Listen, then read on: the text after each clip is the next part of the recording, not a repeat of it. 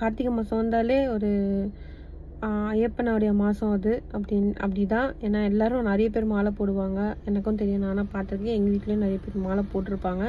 So குளிக்கும்போது பார்த்து குளிங்க. மூளை காய்ச்சல் நோயின்ட்டு நிறைய ஸ்ப்ரெட் ஆகுது அப்படின்ட்டு சொல்லிட்டு இருக்காங்க. ஸோ முடிஞ்ச அளவுக்கு குழந்தைங்களையும் பெரியவங்களையும் வயசானவங்கள கூப்பிட்டு போகிறது ரொம்ப கொஞ்சம் அவாய்ட் பண்ணிக்கோங்க. ஸோ இந்த வாட்டி வந்து ரொம்ப அதிகமாக ஜனம் இருக்குது. 2 லட்சத்துக்கு மேலே ஜனம் இருக்காங்க அப்படின்னு சொல்கிறாங்க. அதுவும் இல்லாமல் அங்கே ரொம்ப டிலே ஆகுதுன்னு சொல்லிட்டு இருக்காங்க சாமி பார்க்குறதுக்கு. ஸோ மூச்சு திணறல் அந்த மாதிரி இருக்கிறவங்கள அங்கேயே விட்டுட்டு போயிடுங்க. ஏன்னா ரொம்ப கஷ்டப்பட்டுட்டு நீங்கள் போய் பார்க்கணுன்னு கிடையாது.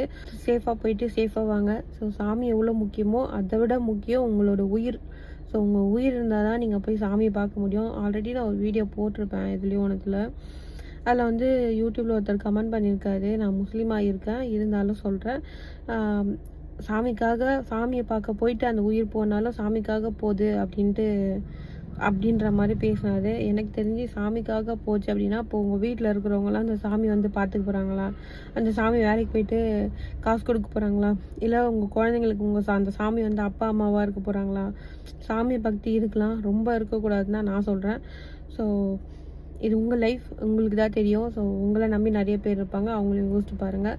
ஸோ சாமி பக்தி இருக்கலாம், ஆனால் இவ்வளோ வந்து போயிட்டு மூச்சு திணறல் வந்து நமக்கே தெரியும் நம்ம உடம்பை பற்றி, நமக்கு என்னென்ன ப்ராப்ளம் வந்தால் எப்படி இருக்கும் அப்படின்னு சொல்லிட்டு. ஸோ பார்த்து யோசிச்சு டிசைட் பண்ணுங்கள். பார்த்து சேஃபாக போயிட்டு வாங்க.